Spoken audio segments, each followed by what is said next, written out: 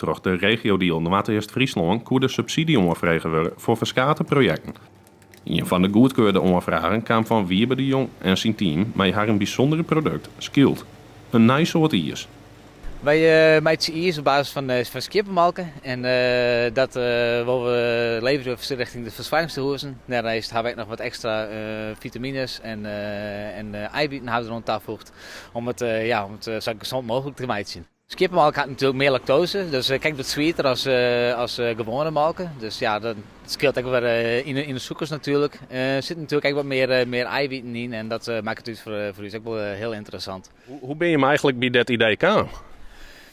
Ik ben al een tijdje al bezig met dit idee, maar dan meer richting het eiwitrijke ijs.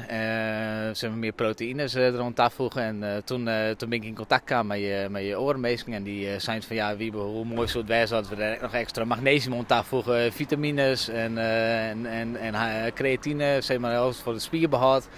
Dus ja, zo is dat een beetje geen rollen. En dus dan hebben we de kap mee in buik stutsen en dan ben we uiteindelijk op een heel mooi eindproduct uitkomen.